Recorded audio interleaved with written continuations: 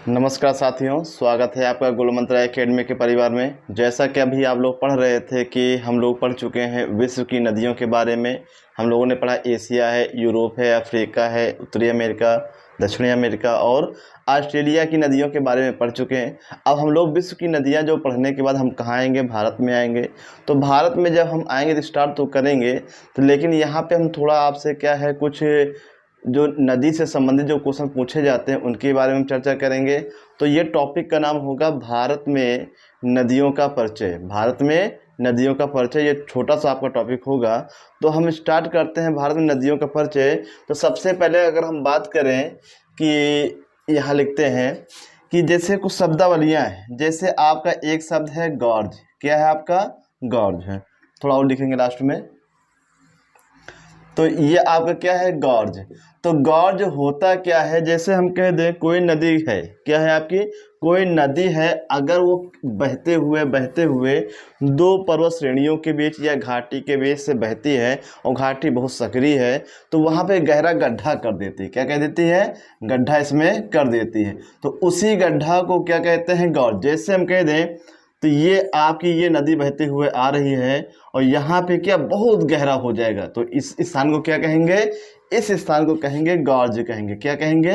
Gorge कहेंगे। तो ये चीज़ आपको याद रखना है कि जब कोई नदी दो पर्वत श्रेणियों के बीच या घाटियों के बीच से गुजरती है तो वहाँ पे बहुत गहरा स्थान हो जाता है। उस गहरे स्थान को क्या कहते हैं? गॉर्ज कहते हैं। क्या कहते हैं? गॉर्ज कहते हैं। आगे जो शब्द, अगला शब्द होगा वितरिका। तो वितरिका क्या होती है, ये चीज़ आपको याद रखना है। तो वितरिका की परिभाषा आप लोग लिख लीजिएगा। हम बोल रहे हैं कि कोई ऐसी नदी जो किसी मुख्य नदी से निकली हो और पुनः उस पुरानी वाली नदी पे न मिली हो। जैसे हम उदाहरण के तौर पे बताएं तो जैसे ये आपकी गंगा नदी जा रही है और ये गंगा नदी जब पश्चिम बंगाल में जाती है तो एक धारा आपकी ऐसे निकल गई है और एक धारा ये बांग्लादेश में चली गई है। ये बांग्लादेश में चली गई है, ये कोलकाता होते हुए बंगाल की खाड़ी में गिर जाती है और यहीं पे क्या है, एक हिंदुओं का एक तीर्थ स्थान है जिसे क्या कहते हैं? गंगा सागर। तो आप देख रहे होंगे कि यहाँ पे देख रहे हैं कि एक शाखा जो है ऐसे निकल गई है, एक इधर निकल गई है। क्या ये नदी की जो धारा यहाँ पे मिल जाए तो क्या मिलेगी? नहीं मिलेगी। तो आपको ये याद रखना है, जब किसी मुख्य नदी की कोई एक धारा किसी दूसरी दिशा की ओर चली जाती है और पुनः वो मुख्य धारा में नहीं मिलती है, तो ऐसी धारा को क्या कहते हैं? वितरिका कहते हैं। क्या कहते हैं? ऐसी धारा को वितरिका कहते हैं। तो इसका जीता जाता जो उदाहरण है तो वो आपका हुगली नदी होगा। क्या होगा? हुगली नदी। तो हुगली नदी जो है ये वितरिका का ही उदाहरण है। क्यों? क्योंकि ये गंगा से निकलती है और पुनः फिर जो गंगा की जो मुख्य धारा है उसमें नहीं मिलती है। तो इसलिए हुगली जो नदी है, कौन सी? हुगली नदी, ये गंगा की ही क्या है? ये धारा है। और ये किसका उदाहरण है? ये आपका उदाहरण है वितरिका का। आगे हम देखेंगे विसर्ग। क्या देखेंगे? विसर्ग। देखो इसका नाम ही है विसर्ग। अगर हम वी को हटा दें, क्या होता है आपका? सर्प होता है। और सर्प मीन्स क्या होता है? सांप। और सांप जब चलता है तो कैसे चलता है? तो आपको याद रखना, सांप जब चलता है तो ऐसे ऐसे चलता है। तो कहने का मतलब ये है कि जब कोई नदी तो जो सीधा सीधा न बह के राउंडिंग करके, मतलब सांप के आकार का जो धारा बनाए, तो उस नदी को जो धारा होगी तो धारा को क्या कहेंगे? विसर्प कहेंगे। तो इसको क्या कहेंगे? इन सब धारा को क्या कहेंगे? विसर्प कहेंगे। इतना आपको याद रखना है। मेरे ख्याल से क्लियर हो गया होगा। विसर्प, तो इसका नाम से ही क्लियर है। सर्प, जैसे सांप लहरा के चलता है, उसी प्रकार कोई नदी की धारा के घूम घूम के बहती है, तो उस जो घूमी हुई धारा को क्या कहते हैं?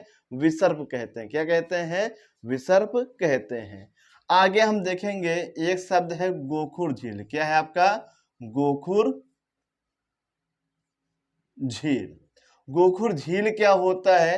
तो गोखुर झील की परिभाषा आप लोग लिख लीजिएगा। हम बोल रहे हैं कि जैसे हम कहते हैं, अभी ये हुगली का उदाहरण दे रहे हैं। सपोज दैट कोई ऐसी एक ऐसी नदी जा रही है और उसकी कोई एक धारा ऐसे निकल गई बाढ़ में और पानी सूख गया और ये धारा क्या है?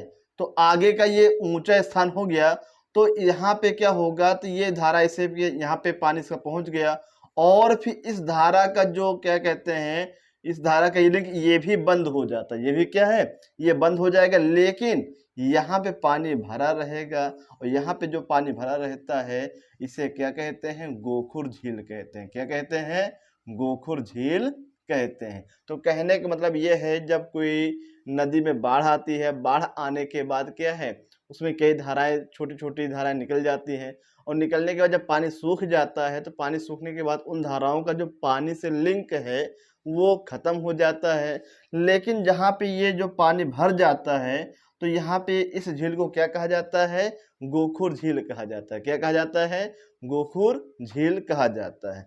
दो शब्द और देखिएगा, एक आपका है नदी द्रोणी, एक आपका क्या है, नदी द्रोणी, और एक आपका है जल संभर। क्या होगा, जल संभर। दोनों का अर्थ एक है, दोनों का अर्थ क्या है, एक ही है। ये चीज आपको याद रखना है कि अंतर क्या है, ये चीज देखना है कि नदी द्रोणी और जल संभर दोनों का अर्थ एक ही है। अंतर देखिए, जैसे हम कहते हैं कोई बड़ी नदी है, कोई जो है बड़ी नदी है, और जब बड़ी नदी जो है इसका अपवाह तंत्र होगा। क्या होगा, अपवाह तंत्र। तो जब कोई बड़ी नदी का अपवाह तंत्र होता है उसे क्या कहते हैं, नदी द्रोणी कहते हैं। क्या कहते हैं, सीधा सीधा आपको ये याद रखना है कि बड़ी नदियों के अपवाह तंत्र को क्या कहते हैं, नदी द्रोणी कहते हैं। फिर से सुनिए, बड़ी नदियों के अपवाह तंत्र को क्या कहते हैं, नदी द्रोणी कहते हैं। इसी के जस्ट अपोजिट में आते हैं छोटी नदी। क्या है, छोटी नदी। तो छोटी नदियों के अपवाह तंत्र को, छोटी नदियों के अपवाह तंत्र को क्या कहते हैं, जल संभर कहते हैं। क्या कहते हैं, जल संभर कहते हैं। तो ये चीज आपको याद रखना है। तो ये आपका हो गया है बड़ी नदी और छोटी नदी। तो बड़ी नदी तंत्र का जो होता है क्या कहलाता है, अपवाह तंत्र। बड़ी नदी का हो जाता है। और छोटी नदियों का अपवाह तंत्र क्या कहलाता है, वो कहलाता है आपका जल सांभर। क्या कहलाता है, जल सांभर। और इसका क्या कहलाता है, आपका नदी द्रोणी। क्या कहलाता है, नदी द्रोणी। तो इन चीजों को आपको याद रखना है। उसके बाद अगर हम बात करें, एक शब्द है आपका डेल्टा। क्या है, आपका डेल्टा है। और एक शब्द है आपका एस्चुरी। क्या है, आपका एस्चुरी। तो डेल्टा और एस्चुरी, तो एस्चुरी को ज्वार नदमुख कहते हैं। क्या कहते हैं, ज्वार नदमुख कहते हैं। क्या कहते हैं, ज्वार नदमुख कहते हैं एस्चुरी को। अब इनके बारे में चर्चा हम करेंगे कि डेल्टा क्या होता है और एस्चुरी क्या होता है। जैसे हम कहते हैं कोई भी नदी है किसी सागर में या बंगाल की खाड़ी में या खंबात की खाड़ी में, कहीं पर भी बात करते हैं। तो जैसे गंगा ही है, जैसे कोई नदी ऐसे गई और यहाँ पे क्या है आपका सागर, और सागर में गिरने से पहले ऐसे ऐसे ऐसे ऐसे ऐसे, मतलब कि कई सारी आपकी धाराओं में बढ़ के ये सागर में गिरती है। तो यहाँ पे जो नदियों की कई धाराएं होती हैं, तो इनके बीच के स्थान को क्या कहते हैं, डेल्टा कहते हैं। क्या कहते हैं, डेल्टा कहते हैं। तो अगर हम परिभाषा बनाएंगे, जब कोई नदी किसी सागर में या महासागर में या किसी खाड़ी में गिरने से पहले कई धाराओं में बढ़ के गिरती है, तो उन धाराओं के बीच के स्थल को क्या कहते हैं, डेल्टा कहते हैं। क्या कहते हैं, डेल्टा कहते हैं। तो ये डेल्टा का आपका उदाहरण हो जाएगा, आपको पता होना चाहिए। सुंदरवन का डेल्टा, सुंदरवन का डेल्टा यह विश्व का सबसे बड़ा डेल्टा है। अगर पूछेगा कि विश्व का सबसे बड़ा डेल्टा क्या है, तो आपका आंसर क्या होगा, सुंदरवन का डेल्टा। और इसी के जस्ट अपोजिट है क्या, एस्चुरी, जिसे हम लोग क्या कहते हैं, ज्वार नदमुख कहते हैं। क्या कहते हैं, ज्वार नदमुख। इसको देखिए, जब कोई नदी ऐसे जाती है सीधा सीधा क्या है, ये सागर में गिर जाती है। कहाँ पे गिर जाती है, ये सागर में गिर जाती है या किसी खाड़ी में गिर जाती है। और गिरने से पहले कहीं पर भी, और गिरने से पहले कहीं पर भी ये क्या है, कोई धारा में घूमती नहीं है, तो सीधा सीधा गिर जाती है। तो इसे कहेंगे एस्चुरी। क्या कहेंगे, एस्चुरी। क्या कहेंगे, एस्चुरी कहेंगे, जिसे कहते हैं हिंदी में ज्वार नदमुख। क्या कहते हैं, ज्वार नदमुख। तो ये चीज आपको याद रखना है। और क्वेश्चन यहाँ से पूछा क्या जाता है, एक आपका है नर्मदा नदी, एक आपका क्या है नर्मदा नदी, और एक आपका है ताप्ती नदी। क्या है आपका ताप्ती नदी।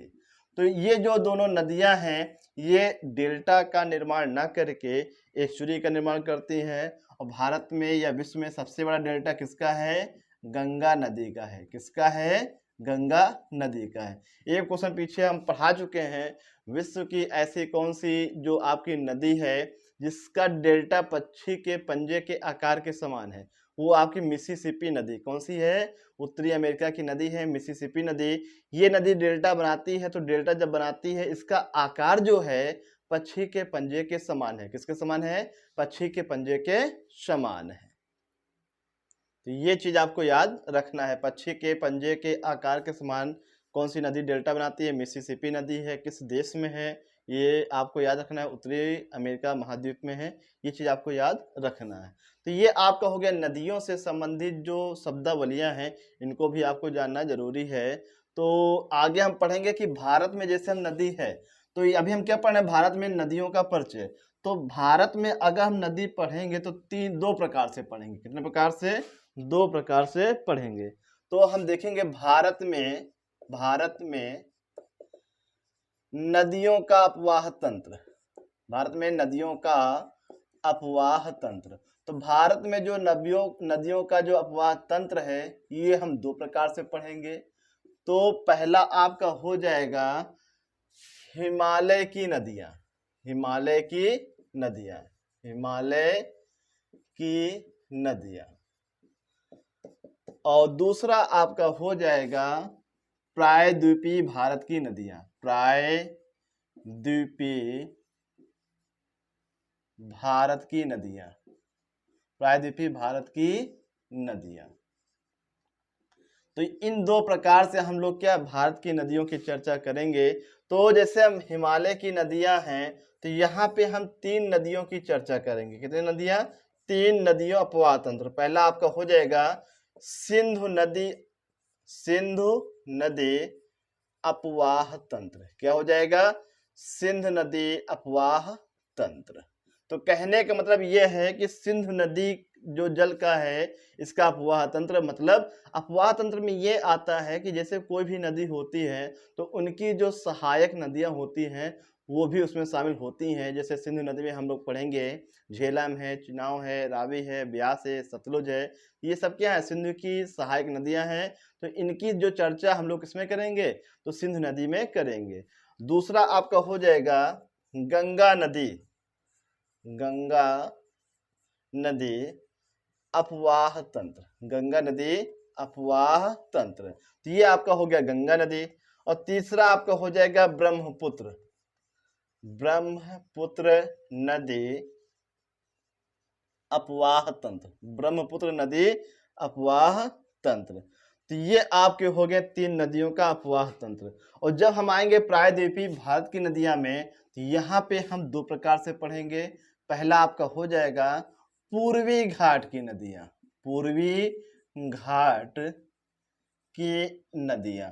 अब पूर्वी घाट की नदियां का मतलब है ऐसी नदी जो जिनका मुहाना कहाँ पे है, बंगाल की खाड़ी में है, जिनका मुहाना कहाँ पे है, बंगाल की खाड़ी में। अब आप कहेंगे सर कि यहाँ पे गंगा नदी जो यहाँ बता चुके हैं तो ये भी तो बंगाल की खाड़ी में गिरती है। तो हम लोग ये पढ़ रहे हैं, ये क्या समझ रहे हैं, अगर समझ के पढ़ेंगे तो याद होगा।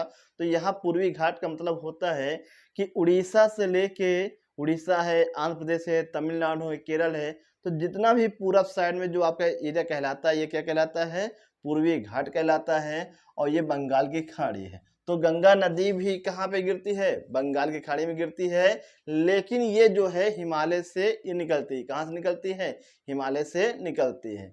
आगे हम चर्चा करेंगे पश्चिमी घाट की नदियां। किसकी चर्चा करेंगे, पश्चिमी घाट की नदियां, पश्चिमी घाट की नदियां। तो पश्चिमी घाट की नदियां, तो ये चीज आपको याद रखना है कि पश्चिमी घाट की नदियां कौन कौन सी हैं। तो यहाँ पे जो नदियां होंगी आपके खंभात की खाड़ी में गिरती हैं। किसमें गिरती हैं, खंभात की खाड़ी। तो खंबात की खाड़ी में गिरेंगी। और खंबात की खाड़ी का जो जल का लिंक है किस सागर से है, तो आपको याद रखना है अरब सागर। किससे है? अरब सागर से। ये चीज आपको याद रखना है। तो हम कह सकते हैं पहला हम पढ़ेंगे सिंधु नदी अपवाह तंत्र, दूसरा पढ़ेंगे गंगा नदी अपवाह तंत्र, और तीसरा लेक्चर नदियों से हो जाएगा ब्रह्मपुत्र नदी अपवाह तंत्र, और यहाँ पे चौथा आपका हो जाएगा पूर्वी घाट की नदियां, और पांचवा क्या हो जाएगा? ये पश्चिमी घाट की नदियां। तो ये आपकी कहाँ पे गिरेंगे? ये अरब सागर में, और अरब सागर से जुड़ा हुआ है क्या है? खंबात की खाड़ी। तो इस प्रकार से भारत में नदियों का परिचय हो गया है। तो आगे हम जो कल आपको लेक्चर पढ़ाएंगे वो लेक्चर आपका क्या होगा? सिंधु नदी का अपवाह तंत्र। क्या पढ़ेंगे? सिंधु नदी का अपवाह तंत्र। तो इस प्रकार से ये आपका टॉपिक समाप्त होता है। अगर हम यहाँ पे आगे एक दो शब्द और बढ़ाना चाहें बढ़ा सकते हैं, वो आगे हम पढ़ाएंगे। जैसे आपने पढ़ा होगा नदी द्वीप। क्या होता है? नदी द्वीप। तो द्वीप की परिभाषा क्या होती है? द्वीप का मतलब होता है एक ऐसा स्थान जो चारों ओर से क्या है? जल से घिरा हो, उस स्थान को द्वीप कहते हैं। क्या कहते हैं? द्वीप कहते हैं। जैसे हम कह दें मेडागास्कर द्वीप, तो मेडागास्कर द्वीप क्या चारों तरफ से क्या है? घिरा हुआ है। श्रीलंका भी क्या है? एक द्वीप है। लेकिन हम बात करते हैं नदी द्वीप की। क्या कोई ऐसा स्थान है जो चारों ओर से घिरा हो और वहां पे क्या आबादी भी हो? जी हाँ। तो आपको याद रखना है कि ब्रह्मपुत्र नदी पर और असम राज्य में एक द्वीप है, उसका नाम है, आगे हम पढ़ेंगे, मांजुली द्वीप। क्या है आपका? मांजुली द्वीप। तो मांजुली द्वीप जो है ये असम का क्या है? ये द्वीप है, और ये विश्व का सबसे बड़ा नदी द्वीप है। क्या है? विश्व का सबसे बड़ा नदी द्वीप है। आप बहुत सौभाग्यशाली हैं कि भारत में ही क्या है? विश्व का सबसे बड़ा नदी द्वीप है, और भारत में ही विश्व का सबसे बड़ा क्या है? ये डेल्टा है। ये चीज को आपको याद रखना है। अब इतना बड़ा द्वीप है कि असम सरकार ने इसे क्या है? असम का 35वां जिला भी घोषित कर दिया है। किसे? मांजुली द्वीप को। ये चीज आपको याद रखना है। और उसके बाद देखेंगे जैसे अब तो ट्रेन से है, यातायात के बहुत साधन जो स्थल से हो गए हैं, लेकिन प्राचीन काल में जो यातायात के साधन किससे ज्यादातर थे? ये नदियों के माध्यम से, समुद्र के माध्यम से। तो अगर आपके कंपटीशन में दो क्वेश्चन सबसे ज्यादा पूछे जाते हैं, तो एक आपका हो जाएगा कि राष्ट्रीय जलमार्ग फर्स्ट। तो राष्ट्रीय जलमार्ग फर्स्ट, तो आपको याद रखना है राष्ट्रीय जलमार्ग, ये फर्स्ट हो जाएगा। ये आपका होगा प्रयागराज से हल्दिया। कहां से? प्रयागराज से हल्दिया। कहां से हो जाएगा? प्रयागराज से हल्दिया हो जाएगा। अगर हम दूसरा बात करें कि दूसरा जो है राष्ट्रीय जलमार्ग होगा सबसे लंबा, ये क्वेश्चन आएगा कि भारत में सबसे लंबा राष्ट्रीय जलमार्ग कौन सा है, तो आपको याद रखना है प्रयागराज से हल्दिया। क्या पूछा जाता है? प्रयागराज से हल्दिया। और दूसरा जो सबसे लंबा होगा राष्ट्रीय जलमार्ग, दूसरा सबसे लंबा राष्ट्रीय जलमार्ग जो है आपका सादिया से धुबरी। क्या है आपका? सादिया से धुबरी। ये चीज आपको याद रखना है, सादिया से धुबरी। तो ये दोनों बातें भी आपको याद रखना है। तो ये दोनों पॉइंट भी बहुत पूछे जाते हैं, इनको याद रखिएगा। और ये तो नदी से हो गया। जैसे खाड़ी की, जैसे अभी हमने बताया मांजुली द्वीप या नदी द्वीप, ऐसा स्थान जो चारों ओर जल से घिरा हो उसे क्या कहते हैं? द्वीप कहते हैं। और मांजुली द्वीप जो है विश्व का सबसे बड़ा नदी द्वीप है। अगर आपने सुना होगा कि खाड़ी लिखा रहता है, खाड़ी की परिभाषा क्या बनाएंगे? तो आपको ये याद रखना है कि एक ऐसा स्थान जो तीनों ओर से क्या है? ये जल से, स्थल से घिरा हो, उसे क्या कहते हैं? खाड़ी कहते हैं। क्या कहते हैं? खाड़ी। अगर जैसे हम इंडिया का मैप बनाते हैं तो यहाँ पे ऐसे देखे गुजरात हो है ना, यहाँ पे, ये तो आपको पता होगा। तो ऐसे जब बनाते हैं तो ये वाला स्थान देख रहे हैं, तो यहाँ पे जल है। क्या है? यहाँ पे जल। तो ये तीनों ओर से किससे? भूभाग से घिरा हुआ है। तो परिभाषा आप लोग बना लीजिएगा। हम बोल रहे हैं एक ऐसा स्थान जो तीन ओर से भूभाग से घिरा हो। एक ऐसा जल का स्थान जो तीनों ओर से भूभाग मतलब जमीन से घिरा हो, तो उस जल वाले भाग को क्या कहेंगे? खाड़ी कहेंगे। क्या कहेंगे? खाड़ी कहेंगे। तो यहाँ पे क्या है? खंभात की खाड़ी।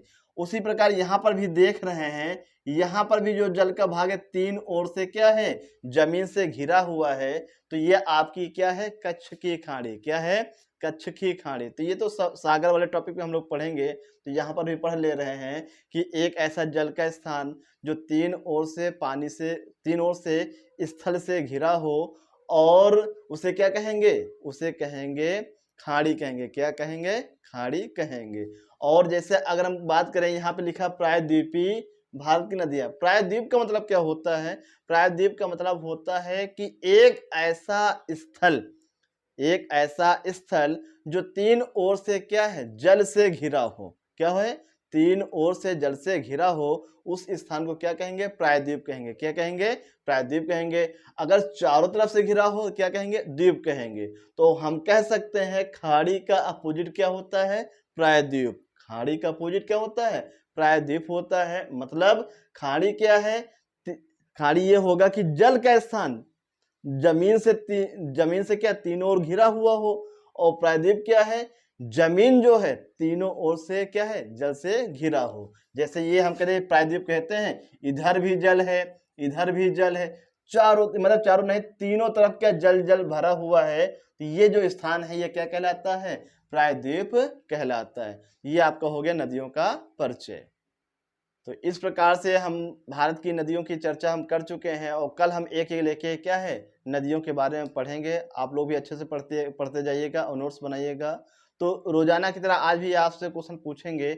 आज आपके सामने क्वेश्चन है। पहला क्वेश्चन आप लोग बताएंगे, कामा गाटा मारू घटना। ध्यान से सुनिएगा, कामा गाटा मारू घटना ये कब घटी है और इसका संबंध किससे है? तो पहला आपको यही बताना है, कामा गाटा मारू घटना, ये घटना कब घटी है ये बताना है। दूसरा आपको ये बताना है कि महात्मा गांधी ने राष्ट्रीय कांग्रेस में पहली बार कब और कहां पे भाग लिया था। इन दोनों सवालों के जवाब आपको कमेंट सेक्शन में लिख के जरूर बताना है। धन्यवाद। जय हिंद, जय भारत।